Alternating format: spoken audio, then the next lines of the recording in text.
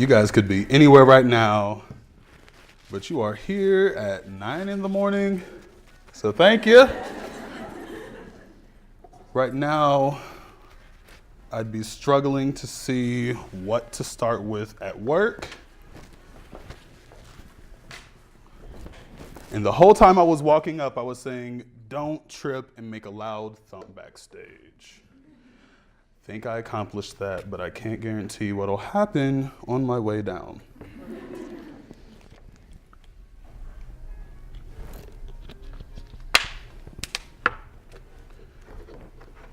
Being a creative writer, my original intention was to wrap this month's theme of transparency in hyperbole and metaphor. And after some thought, I said to myself, what better way to discuss the topic of transparency than to be as frank as possible? I'm about to clown myself, y'all, because today, literally, I'm like leaving my journal open and exposed for the world to see. Today, I'm going to be chatting with you about valuing your identity to become your own safe space, using art as a form of therapy, and deconstructing our collective bullshit. Nate Parker wrote, directed, and starred in the story of Nat Turner, who steered the slave rebellion of 1831, which led to the death of dozens of slave masters and their families. After the film's initial success at Sundance, Nate Parker's troubling history reemerged, revealing a rape allegation he and a producer for the film stood trial for in the late 90s. Earlier this month, I sat on one of two panels for a local organization rooted in social justice called Don't Sleep, with the focus of our dialogue being toxic and hypermasculinity as well as rape culture, all before the screening of the newly released Birth of a Nation. Now, I sat on the second panel with prominent artists and community leaders. The dialogue was great, in my opinion, because the panelists, myself included, were able to find enough comfort to be transparent about some of our personal past experiences for the sake of the discussion. It was really beautiful. I was also intrigued with the diverse array of perspectives represented on the panel, both enlightening and problematic. Some will disagree, but I think something can be said about the magic in that sort of awkward collision of opinions. I think that's where growth can take place. So after a while, the topic got a bit heated. And for the sake of brevity, I'll give you lovely folks the nutshell version with a little bit of he said, she said. Is that okay? Okay, so while discussing the topic at hand, one of the panelists had her anecdote interrupted by another panelist who then followed his interruption with an insulting poll to the audience inquiring whether or not her statement and mannerisms were inappropriate. As the remarkable moderator of the panel mentioned soon thereafter, this was the textbook definition of toxic masculinity. How appropriate was it for that particular discussion? Posturing oneself as a form of unspoken dominance, talking over and ultimately insulting the person who has the floor. Now, the one thing I failed to do was prop my feet up. I just sat there like the folks. I just sat there like the folks in the comments section on any number of think pieces and social media posts, eating my popcorn, watching the chaos unfold. The panelist who was interrupted was understandably upset, and in her fury, she exclaimed, "I am my own safe space." Now, the panelist I'm talking about is the lovely Jessica Louise, and I knew I was in love with her the moment she quoted my favorite Black lesbian warrior poet woman, Audre Lorde. She said, "I am deliberate and afraid of nothing." 2 weeks ago, she left for the motherland to continue her amazing work, and I asked her to expand on what she meant by "I am my own safe space." She went on to say, "As a queer woman of color, I understand that my presence alone is a threat to a number of people. Being my own safe space in communities and gatherings where I am explicitly or historically unwanted is a revolutionary act." Jessica went on to say that establishing my own safe space is necessary for survival, especially for the work I do professionally and in my community. I'm not gonna lie, it was pretty amazing to occupy that space with someone who was intentionally transparent for the sake of her general sanity. Now, a safe space is an area where people gather to discuss and critique a variety of societal issues free of judgment and ridicule. So from February through May of 2014, I participated in a series of safe space community dialogues presented by the Indianapolis Neighborhood Resource Center and Indiana Youth Group. And the conversations focused on the various junctures that exist within the LGBTQ community called Courageous Conversations. Now, I attended all sessions with the exception of a few, because we're multifaceted people, and there were a lot of sessions with a new topic for each class. The goal was to analyze, it's a lot, seriously, listen. The goal was to analyze LGBTQIA plus politics, plus race, plus youth, plus religion, plus media, plus health, disability, and the gender spectrum. It's probably why I didn't attend all of them. So I rest neatly within the margins of Black, queer, ADHD, secular, and fluidly cisgender, which makes my pronouns he, him, they, and them. So this was an important set of conversations for me to take part in, right? A safe space where one can deconstruct nuance sans judgment was completely foreign to me. These conversations took place nearly 3 years after coming out to my family and friends as queer and having to navigate that world through trial and error with this newfound freedom, possibly with a fake ID, in my late teens, early 20s, at the club, in the parade, shopping for groceries, changing my oil, tying my shoes, seriously just living. And right now, I'd like to at least consider myself a voice for the voiceless. The work and my intention with the current work and art that I create, I like to challenge the aforementioned topics and the multitude of intersections thereof, and facilitate a safe space for transparent dialogue, but see, that wasn't always the case. We wear the mask that grins and lies. It hides our cheeks and shades our eyes. This debt we pay to human guile, with torn and bleeding hearts we smile and mouth with myriad subtleties. Why should the world be overwise in counting all our tears in sighs? Nay, let them only see us while we wear the mask. We smile, but oh great Christ, our cries to thee from tortured souls arise. We sing, but oh the clay is vile beneath our feet and long the mile. But let the world dream otherwise. We wear the mask. Paul Lawrence Dunbar, ladies and gentlemen. Imagine waking up every day in a body that doesn't belong to you, but to the pre-existing standards endorsed by a social order and enacted by the masses. As a biological woman, there's legislature in place that tells you what you can and cannot do legally with your reproductive organs. As a Black person, white supremacy dictates that we have to assimilate for acceptance and growth or be terminated. When we break heteronormative standards or don't identify with our biological gender construct, society tries to destroy you. Living our lives attempting to fit a mold that exists outside of our true selves leaves damaging psychological effects, and we see it almost every day. So what are the social and psychosomatic implications of not living a full and authentic life? How do people cope with such an existence? Code switching. What I know and what my people know is that code switching is a coping mechanism. Code switching is also survival. Code switching is a clutch and a badge of honor all at the same time, because I can switch up my manner of speech depending on the people I'm with. It makes me very chameleon-like, because you can get a, "What's up, bruh?" on the street, or you'd get a "yes" in a more inclusive environment.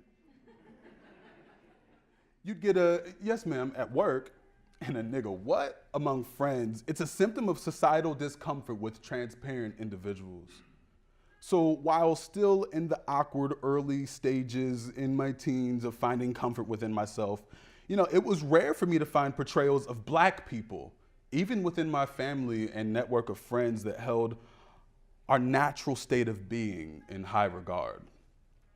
Even while unknowingly embracing and redistributing general hatred for my complexion and hair at a young age, I became drawn to the people who wore their natural hair in all its kinky, curly, gravity-defying awesomeness. I felt at home moving alongside friends and strangers alike, to our infinite social dance crazes that seem to switch up every 3 to 5 years. I think there's a new one right now. The last one I remember is the "Ooh." I think I'm dating myself. That was like 2009 with Soulja Boy or some shit.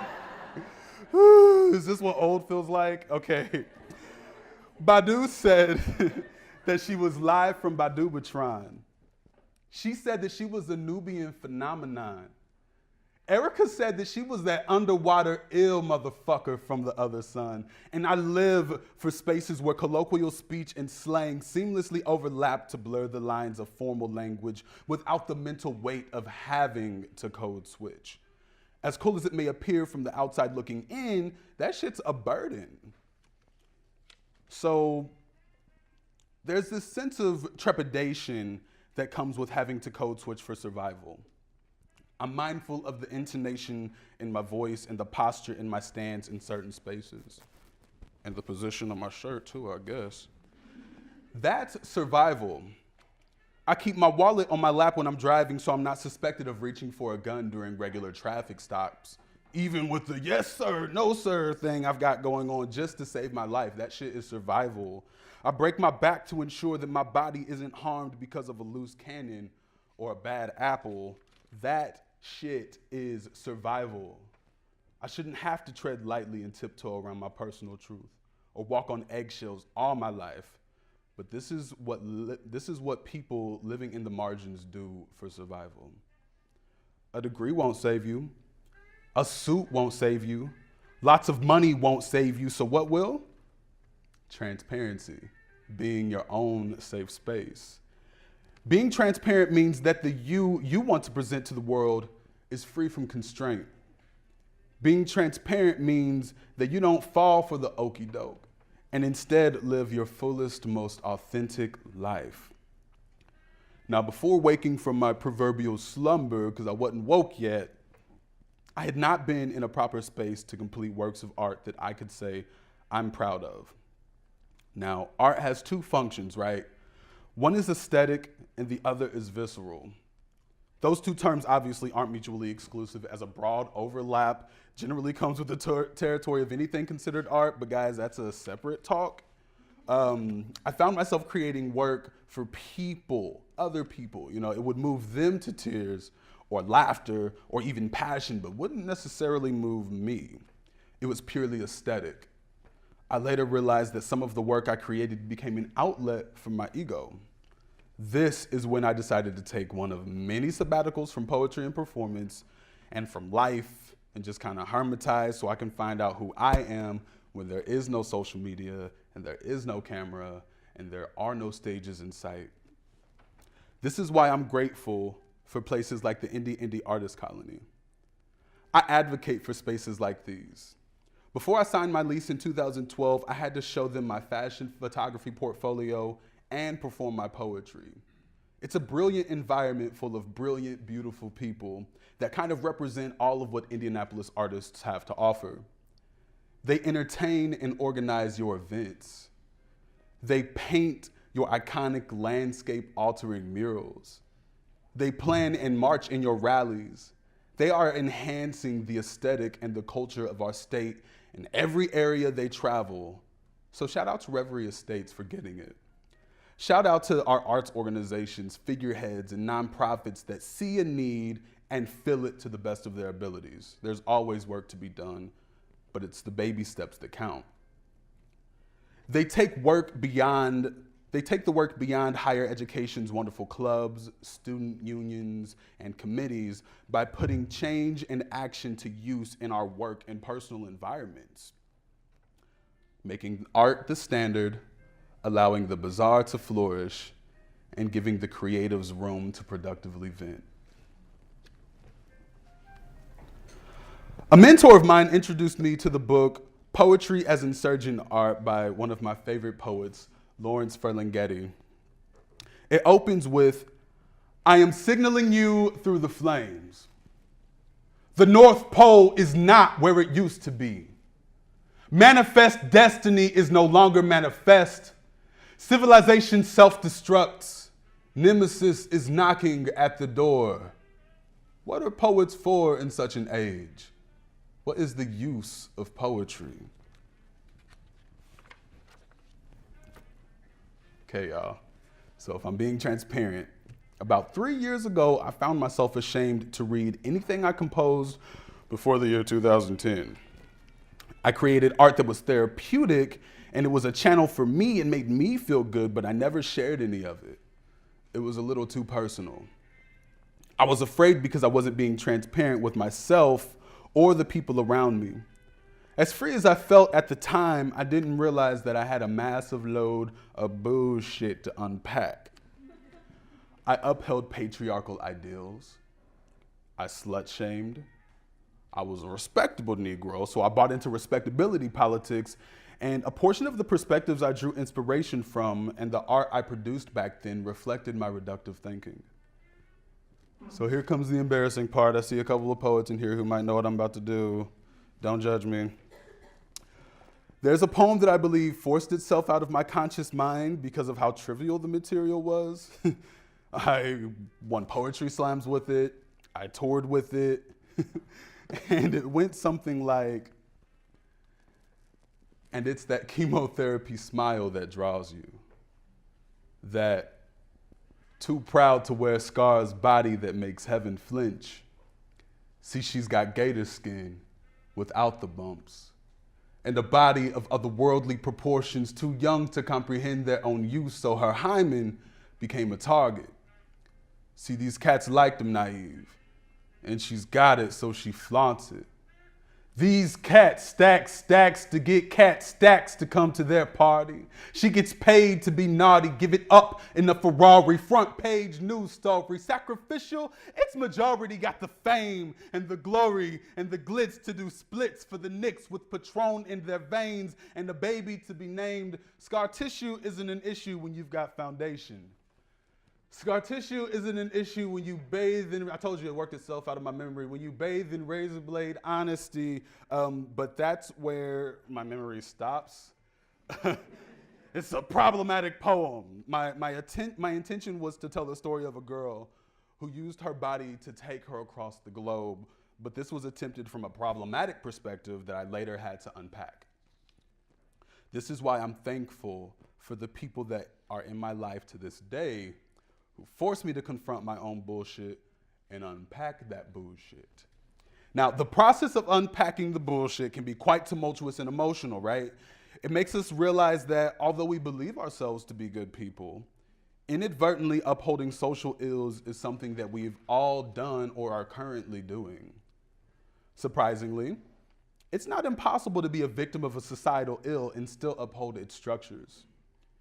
In my exploits, I've learned that gender fluid, trans, or cisgender men and women have the capacity to uphold patriarchy and homophobia. Black and brown people can endorse and redistribute white supremacy for leverage or out of pure ignorance, although we never benefit from it. This awakening is one that I would consider to be a period of grieving. You know, we grieve for the person we were, and we grieve for the people we might have hurt along the way with our antiquated thinking. So I implore all of us to question everything. Question everything you've ever been taught. Find the answers to those burning questions. Then deconstruct the answers you find and ask more questions critically. If you're an artist, use what you learn as your medium. I'm gonna go back to Audre Lorde real quick because she's such a phenomenal lady and she's inspired a lot of the work that I do and artistically and professionally in my career. She's got this poem called A Litany for Survival. It goes, for those of us who live at the shoreline, standing upon the constant edges of decision, crucial and alone. For those of us who cannot indulge the passing of dreams as choice, who love in doorways coming and going in the hours between dawns, looking inward and outward at once, before and after, seeking a now that can breed futures like bread in our children's mouths so that their dreams will not reflect the death of ours. For those of us who were imprinted with fear, like a faint line in the center of our foreheads, learning to be afraid with our mother's milk in our mouth. For by this weapon, the illusion of some safety can be found. The heavy-footed hoped to silence us. For all of us, this instant and in this triumph, we were never meant to survive. And when the sun rises, we are afraid it may not remain. When the sun sets, we are afraid it might not rise in the morning. When our stomachs are full and we are afraid of indigestion, when our stomachs are empty, we're afraid that we may never eat again. When we are loved, we are afraid that love will vanish. When we are alone, we are afraid the love will never return. And when we speak, we are afraid our words will never be heard, nor welcomed. But when we are silent, we're still afraid. So it's better to speak remembering we were never meant to survive. Audre Lorde, ladies and gentlemen. Oh, I'll take a clap. Why not? That's all Audre Lorde. So I think it's important for me to be transparent about the fact that racism and bigotry are not synonymous. There are community leaders, educators, politicians, physicians, and more who don't know this fundamental difference. And my bestie, Aisha, right here, I owe you this book. We've been talking about it for a while. But Mr. Coates, the author of Between the World and Me, says, Americans believe in a reality of race as defined indubitable features of our natural world. Racism, the need to ascribe bone-deep features to people and then humiliate, reduce, and destroy them inevitably follows from this inalterable condition. In this way, racism is rendered as the innocent daughter of Mother Nature, and one is left to deplore the Middle Passage or the Trail of Tears the way one deplores an earthquake or a tornado or any other phenomenon that can be cast beyond the handiwork of men. He also goes on to say,